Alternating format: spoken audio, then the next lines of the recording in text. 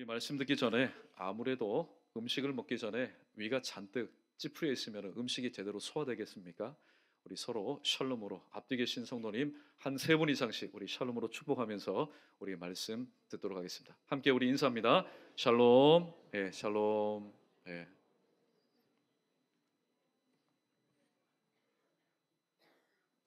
우리는 늘상 하나님 앞에 이렇게 기도합니다. 하나님, 제게도 은혜를 주십시오. 근데 은혜는 보이지 않습니다. 은혜는 손에 만져지지도 않습니다. 은혜는 말 그대로 무색무취무미입니다. 색깔도 없습니다. 맛도 없습니다.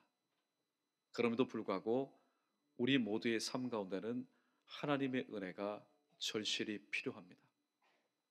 하나님께서 만드신 인간, 시편 37편 23절과 24절에 기록된 말씀처럼 여호와께서 사람의 걸음을 정하시고 그 길을 기뻐하시나니 저는 넘어지나 아주 엎드러지지 아니하면 여호와께서 손으로 붙드심이라고 말씀하고 있습니다. 특별히 또한 잠언 24장 16절을 보면은 의인은 7번 넘어져도 다시 일어서려니와 우리는 항상 넘어지는 존재입니다. 그럼에도 불구하고 우리가 또다시 넘어졌던 그곳에서 뻘떡뻘떡 일어날 수 있는 것은 내 무릎에 힘이 있어서 내가 건강이 있어서 아닙니다. 사도 바울이 일찍이 고백했던 것처럼 이 모든 것은 바로 하나님의 은혜임을 믿습니다. 오늘도 저와 여러분의 삶 가운데 지금 이 자리에 우리는 때로는 건강한 모습으로 때로는 그래도 하나님께서 내 뭐 잘난 거 있느냐 그래도 이 자리를 지키는 내 이 조그만한 믿음 보시고 하나님께서 나의 병을 치료해 주시겠다라는 마치 마가복음 5장에 등장하는 한 여인입니다. 12년 동안 그는 하나님이 기뻐하시는 방법을 취하지 않았습니다. 그러나 하나님께서 마지막 주시는 지혜, 그래 내가 주님 옷자락에 손만 대어도 내가 낫겠다라는 그런 심령으로 이 자리에 오신 여러분, 이 자리에 말씀이 살아서 운동하는 역사가 있어서 여러분의 육신과 또 여러분의 마음과 여러분의 영혼에 갈급하고 또 상처 입은 모든 것들을 다시 한번 어루만져 주시고 정말로 하나님께서 원하시는 그런 모습대로 다시 한번 빚어지는 복된 시간 되시기를 주님의 이름으로 축원합니다. 하나님의 은혜는 무엇일까요? 저는 이렇게 정의하고 싶습니다. 하나님의 은혜는 바로 하나님이 나와 함께 하심에 가장 확실하고도 가장 강력한 증거다. 이 하나님의 은혜가 없이는 우리는 단 한순간도 우리는 살아갈 수 없습니다. 그래서 오늘 본문에 보니까 은혜를 주신 것은 하나님께서 우리에게 은혜를 주셨을 때는 다 목적이 있기 때문에 은혜를 주신 것입니다. 그 목적이 무엇인가? 그리고 우리는 왜 하나님의 은혜를 받아야만 하는가? 두 가지의 말씀을 통해서 함께 은혜를 나누고자 합니다. 첫 번째, 하나님께서 우리에게 은혜를 주신 것은 예수 그리스도를 믿도록 하기 위해서 그분이 하나님의 아들이시요 그분이 나의 구세주이심을 믿도록 하기 위해서 하나님은 오늘 또 우리에게 은혜라는 것을 주십니다. 에베소서 2장 8절 말씀 우리 함께 자막 읽어보겠습니다. 시작. 너희는 그의 은혜에 의하여 믿음으로 말미암아 구원을 받았으니 이것은 너희에게서 난 것이 아니요 하나님의 선물이라. 아멘. 하나님의 선물은 구원만 하나님의 선물이 아닙니다. 믿음도 하나님의 선물입니다. 믿음이 하나님의 선물이라면은 바로 은혜도 하나님의 선물인 것입니다. 하나님의 은혜, 하나님의 바로 구원, 이 모든 것은 우리가 이 세상에서 돈 주고 살 수 없는 바로 이 땅의 것이 아니라 하나님께서만이 우리에게 주실 수 있는 바로 선물인 것입니다. 사도행전 16장 14절 말씀에 보면은 자주장사 루디아에 관한 이야기가 짧게 소개되어 있습니다. 사도 바울이 기도 처소가 있는가 하여 두루 다니다가 일단의 무리가 모여 있는 곳에 가서 하나님의 말씀을 전합니다. 누가는 이렇게 그 장면을 구체적으로 상세하게 소개합니다. 주께서 그 마음문을 열어 바울의 말을 청종하게 하셨다. 바울의 말을 듣게 하셨다고 얘기합니다. 사실 이 사도 바울과 자주장사 루디아는 생면부지의 사람입니다. 구면이 아닙니다. 초면입니다. 그럼에도 불구하고 하나님께서 이 빌립보 지역 가운데 예수 백성 삼기 위해서 미리 심어주신 이 루디아에게 은혜를 베풀어 주셔서 귀를 열고 마음문을 열어서 사도 바울의 말을 하나님의 말씀처럼 듣고 또 예수 그리스도를 영접하여 예수님의 제자가 되었던 것입니다. 우리 모두는 만세전에 택함을 받아 여러 사람들 중에서 일방적인 하나님의 은혜를 받아서 오늘도 우리는 신앙생활합니다. 여러분 착각해서는 안 됩니다. 나의 아버지가 목사이기 때문에, 나의 선친들이 3대 4대 예수 그리스도를 믿기 때문에 내가 지금 예수 그리스도를 믿고 신앙생활한다. 여러분 큰 착각입니다. 성경에 보면은 그 아버지가 할아버지가 그렇게 훌륭하여도 그렇게 신앙생활 잘해도 내가 영접하지 않고 내가 믿지 않으니 그의 자녀 손들이 하나님의 영광과는 거리가 먼 삶을 살아가는 겁니다. 비록 우리 아버지가 우리 할아버지가 선대가 예수 그리스도를 믿지 않는다 할지라도 하나님께서 내 당대에 1세대를 통해서 은혜 베풀어 주심으로 내가 믿음으로 구원을 얻어서 하나님 허락하신 귀한 믿음의 가정을 세우고 또 자녀 손들을 통해서 믿음의 가정을 꾸려나가는 것. 어떻게 보면은 내가 여러분 힘을 썼습니까? 내가 하나님 앞에 무엇인가를 잘 보였습니까? 사실 우리는 하나님 앞에 죄인입니다. 이 말씀이 더도 아니고 덜도 아닌 우리의 현재의 정확한 모습입니다. 그런 죄인들에게 하나님께서 은혜를 베푸셔서 이 땅에서 살아가는 동안 예수 그리스도를 만나게 하시고 주님 백성 삼아 주시니 이 또한 사도 바울의 고백처럼 하나님의 은혜가 아니고 무엇이겠습니까? 하나님의 은혜는 구원과 매우 밀접한 관계를 가지고 있습니다. 우리 고린도후서 6장 2절 말씀 계속해서 읽어봅니다. 시작. 이르시되 내가 은혜 베풀 때에 너에게 듣고 구원의 날에 너를 도왔다 하셨으니 보라 지금은 은혜 받을 만한 때요 보라 지금은 구원의 날이로다. 아멘. 항상 하나님의 은혜가 임한다는 것은 그 시대, 그 사람, 그 가정, 그 국가를 통해서 하나님의 구원의 역사가 예비되어 있다는 전조 신호입니다. 창세기 6장 8절에 보면은 가장 처음으로 은혜라는 단어가 최초로 성경 가운데 기록이 되어 있습니다. 그러나 노아는 여호와께 은혜를 입었다. 한 평범한 가정입니다. 가정의 가장이 은혜를 입었습니다.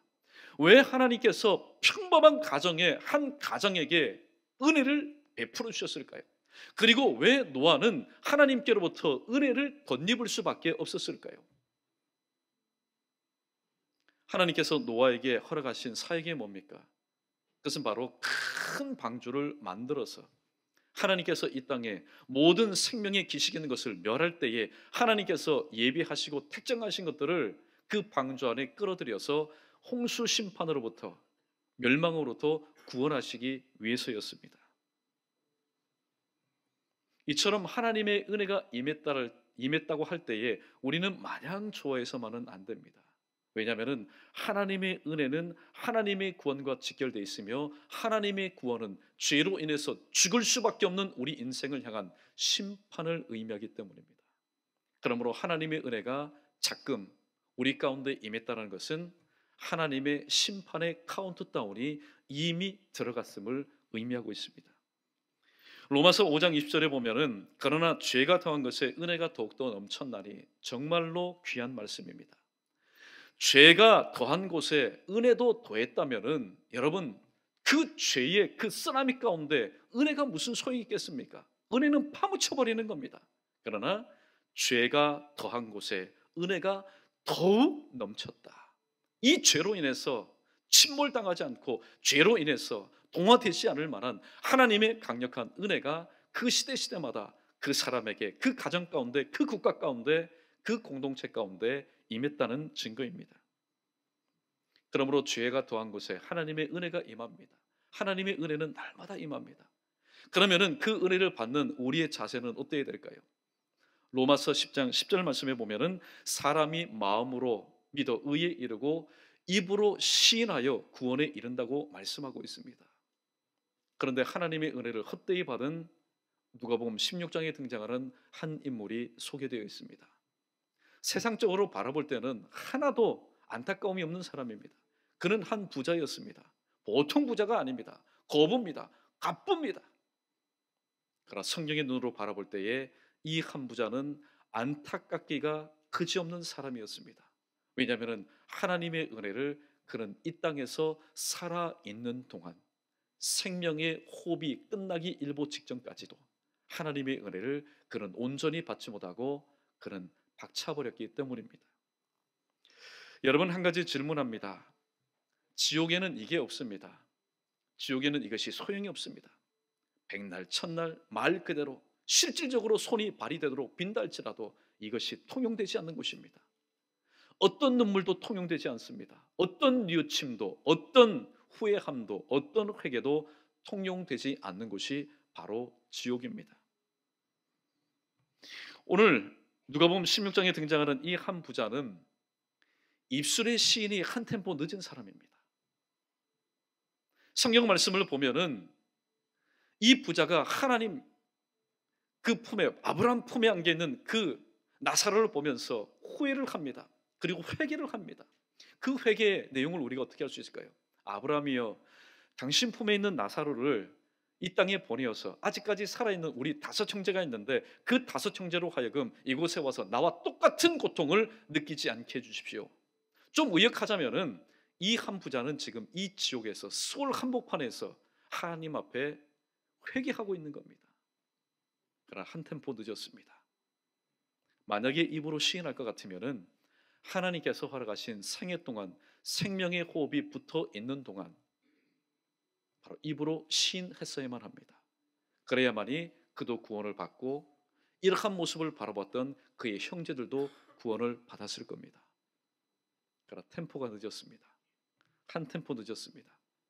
죽음의 선을 넘은 뒤에 고백하니 지옥에서 그것이 무슨 소용이 있었겠습니까? 그러므로 살아생전에 마음으로 믿어 의에 이르렀다면은 우리 모두도 입으로 다시 한번 시인하여서 이미 받은 그 구원이 온전한 구원이 될 수 있도록 다시 한번 우리에게 허락하신 그 믿음이 정말로 정금 같은 믿음인지를 다시 한번 점검하고 늘 다시 한번 확증할 수 있는 그런 삶을 살아야 됩니다. 그런 삶을 살아갈 수 있는 저와 여러분, 우리 모두 되기를 축원합니다.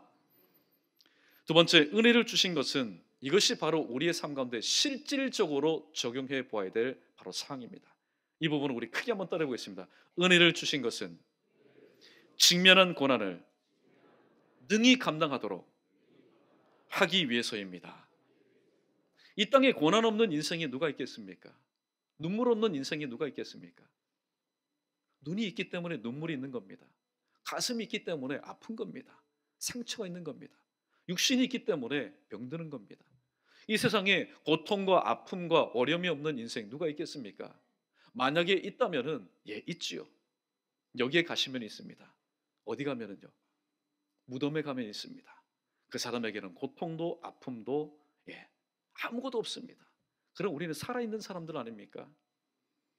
시편 34편 19절에 의인에게는 고난이 많으나 여호와께서 그 모든 고난에서 건지신다고 말씀합니다. 의인은 고난이 많으나 정말로 살만 나지 않습니다. 그러나 여호와께서 그 모든 고난에서 건지신다. 이제 조금 산 소망이 생깁니다.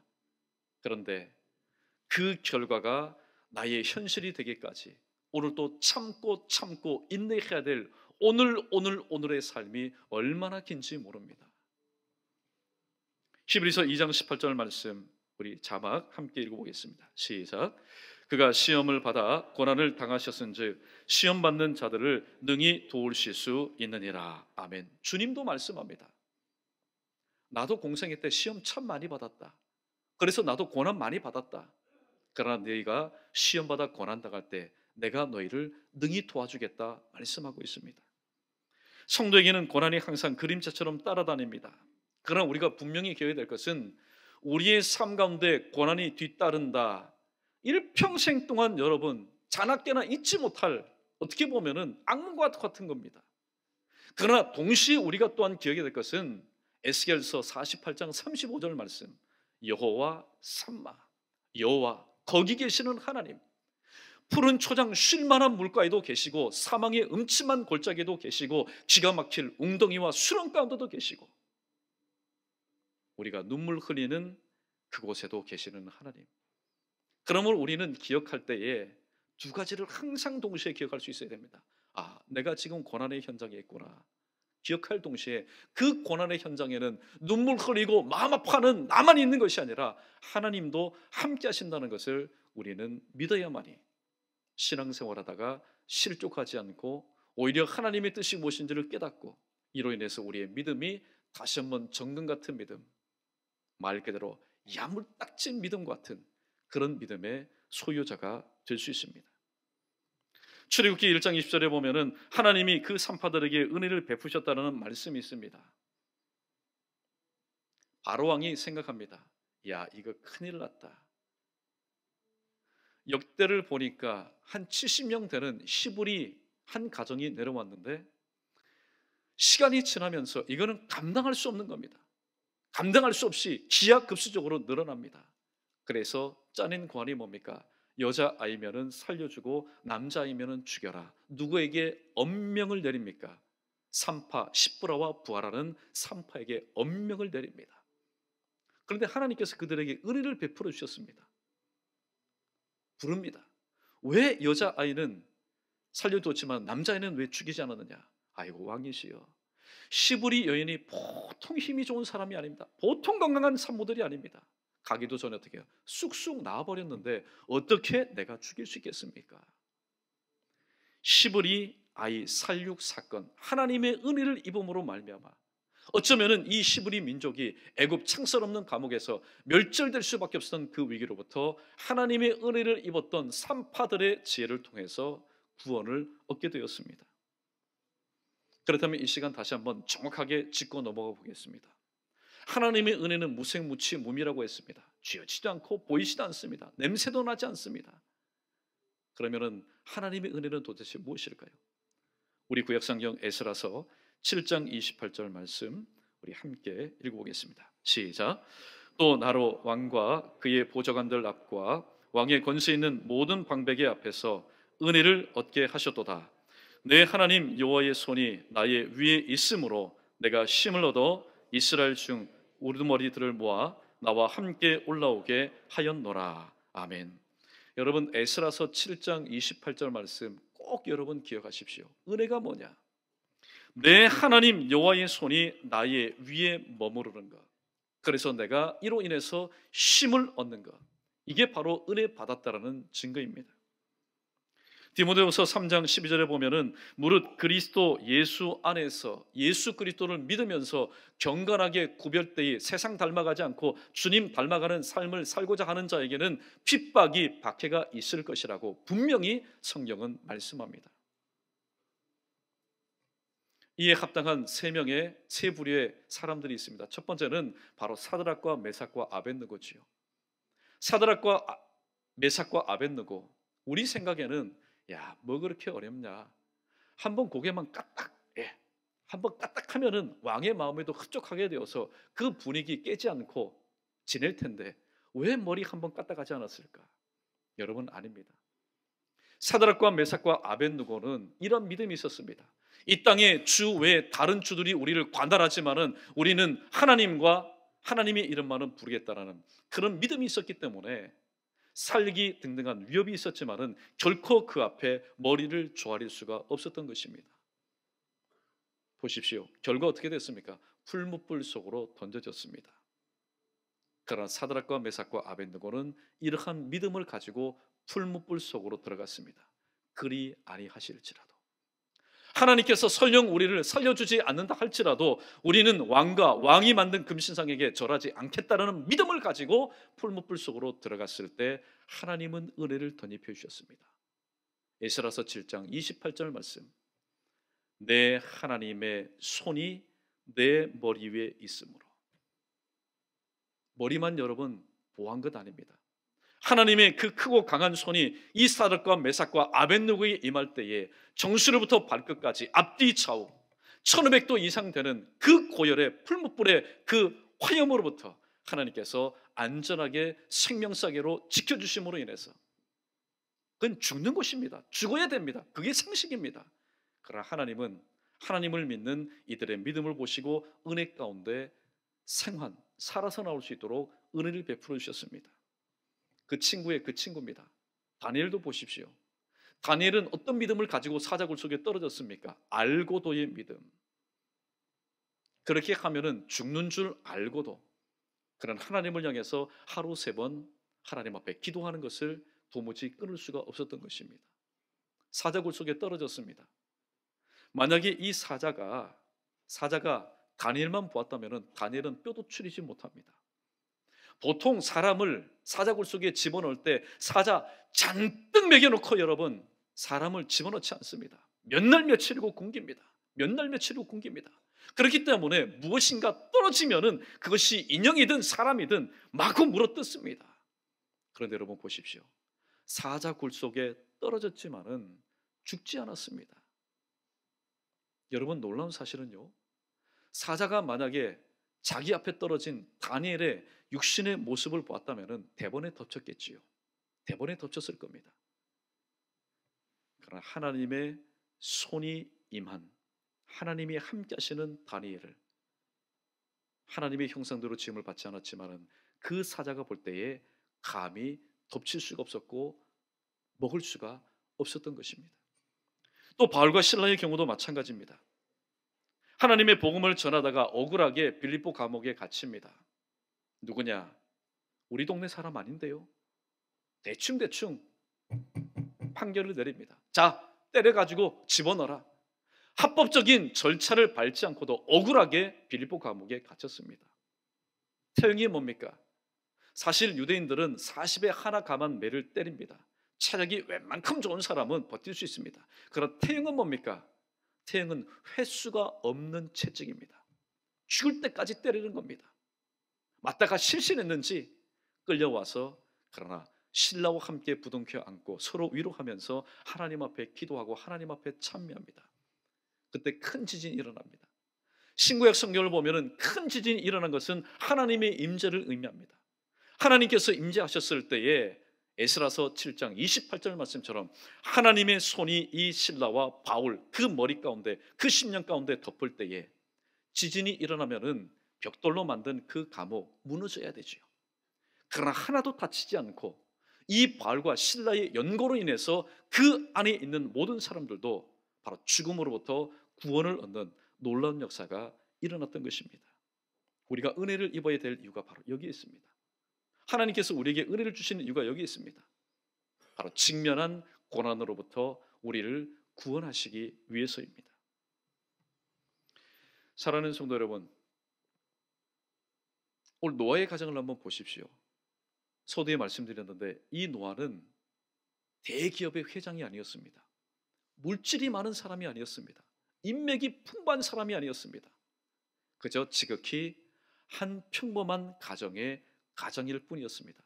사라는 아내의 남편이었고 또 사라는 아들들의 아버지였고 며느리의 시아버지였습니다. 그런데 여러분 보십시오. 120년 동안 어떤 일을 행했습니까? 어떤 작품을 만들었습니까? 육중한 그런 방주를 만들었습니다. 돈이 있었습니까? 없었습니다. 재력이 있었습니까? 없었습니다. 인맥도 있었습니까? 없었습니다. 왜냐하면 그 시대 가운데 함께 어울리지 않고 그저 하나님의 명령대로 방주 짓는 일에 몰두했으니 여러분 미치광이었습니다. 왕따 당하는 사람이었습니다. 아무도 이 노아와 그의 식구를 도와주는 사람이 없었습니다. 그럼에도 불구하고 하나님께서 허락하신 그때에 멋진 작품을 만들었습니다. 구원의 방주를 만들었습니다. 여러분 무엇을 통해서 만들었을까요? 성경 아무리 읽어보십시오. 답이 나오지 않습니다. 그러나 믿음의 눈으로 바라보면은 이것으로 만들었구나. 우리 다시 한번 크게 따라해보겠습니다. 그러나 노아가 여호와께 은혜를 입었더라. 우리에게 은혜가 필요한 게 이겁니다. 예배당을 새로 짓든지 아니면은 집을 건축하든지 사업을 하든지 우리에게 필요한 것은 은혜입니다. 왜냐하면 은혜는 무엇입니까? 하나님이 함께 하시는 가장 강력하고도 확실한 증거이기 때문입니다. 여러분 큰일을 한 사람들을 보십시오. 큰일을 한 사람들을 보면은 그 대부분의 그 답이 너무나 심플합니다. 이해할 수 없는 말들만 합니다. 엄청나게 큰 일을 해놔놓고도 이들에게 묻습니다. 자, 이 일을 어떻게 이루었습니까? 이 모든 것이 하나님의 은혜입니다. 하나님의 은혜입니다. 인간적으로 보면은 수백, 수천억이 들어간 그런 역사입니다. 그런데 돈으로 했습니다. 인맥을 가지고 있습니다. 지혜를 가지고 있습니다. 아이템을 가지고 있습니다. 얘기하지 않습니다. 이 모든 것이 하나님의 은혜로 한 것입니다. 그래서 우리의 삶 가운데는 은혜가 필요한 겁니다. 많은 어려움과 힘든 일이 있을 때 이 모든 것을 감당할 수 있도록 하나님은 우리에게 은혜를 주십니다.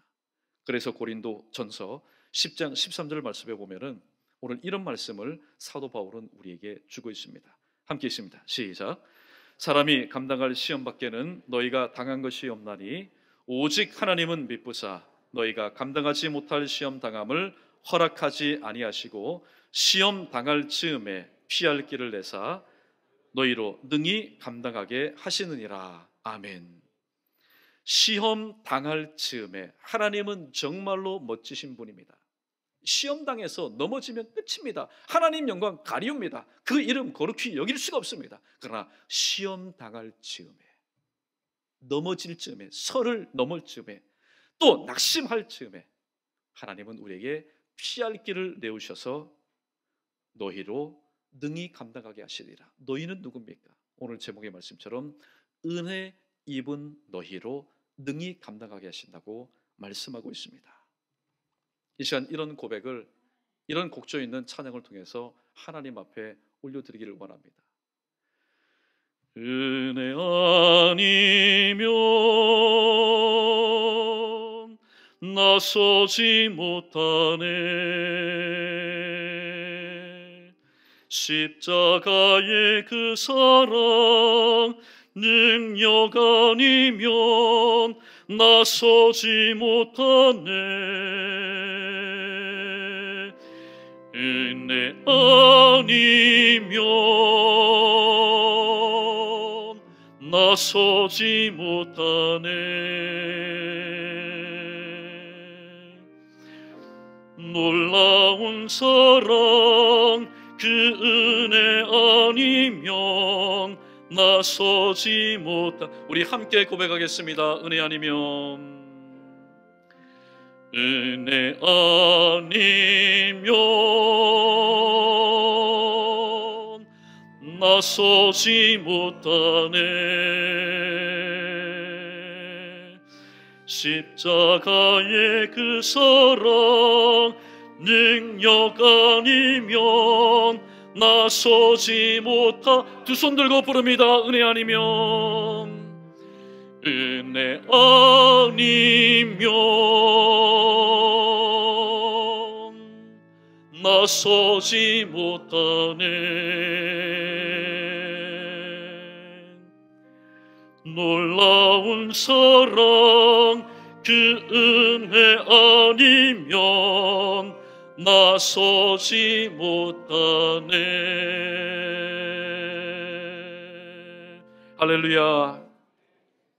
사랑하는 성도 여러분, 오늘도 우리는 당하는 일로 인해서 너무나 그 슬픔이 아프기 때문에 눈으로 흘리는 눈물이 아니라 오늘 또 가슴으로 흘리는 눈물이 있을 겁니다.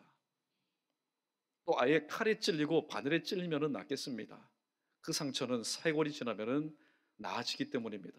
그러나 마음의 상처로 인해서 오늘도 아파하는 우리 모두, 그리고 인생길을 잘못 들어서 방황하는 우리들, 그리고 구할 것을 잘못 구하여서 오늘 또 생고생하고 있는 우리들, 이 모든 우리에게 필요한 것은 지금 내게 당장 필요한 돈, 건강 혹은 어떤 답이 아니라 바로 하나님의 은혜입니다. 왜냐하면 하나님의 은혜는 하나님이 나와 함께 하시는 가장 확실하고도 가장 강력한 증거이기 때문입니다. 말씀을 정리합니다. 하나님이 우리에게 은혜를 주신 것은 예수 그리스도를 이 땅에서 하나님의 아들로 나의 구주로 믿도록 하기 위해서입니다. 그런데 믿든 다음에 보니까 너무나 고난이 많은 겁니다. 이 고난을 우리가 어떻게 감당해야 되겠습니까? 역시 하나님께서 우리에게 주시는 은혜로 우리는 감당할 수 있다고 성경은 분명히 우리에게 말씀하고 있습니다. 그러므로 은혜 아니면 나 넘어진 곳에서 나 설 수 없고, 그리고 하나님의 은혜가 아니면은 직면한 이 모든 아픔과 슬픔과 고난과 고통으로부터 나 감당할 수 없다는 사실을 다시 한번 기억하시고, 범사에 하나님 은혜 받기를 사모하며 그토록 사모했던 하나님의 은혜를 다시 한번 온전히 받아서 직면한 고난은 이 은혜를 통해서 능히 감당하고, 하나님을 향한 나의 믿음이 다시 한번 정금 같은 믿음으로 다시 한번 회복되는 귀한 은혜를 체험하는 저와 여러분, 우리 모두 되기를 주님의 이름으로 축원합니다.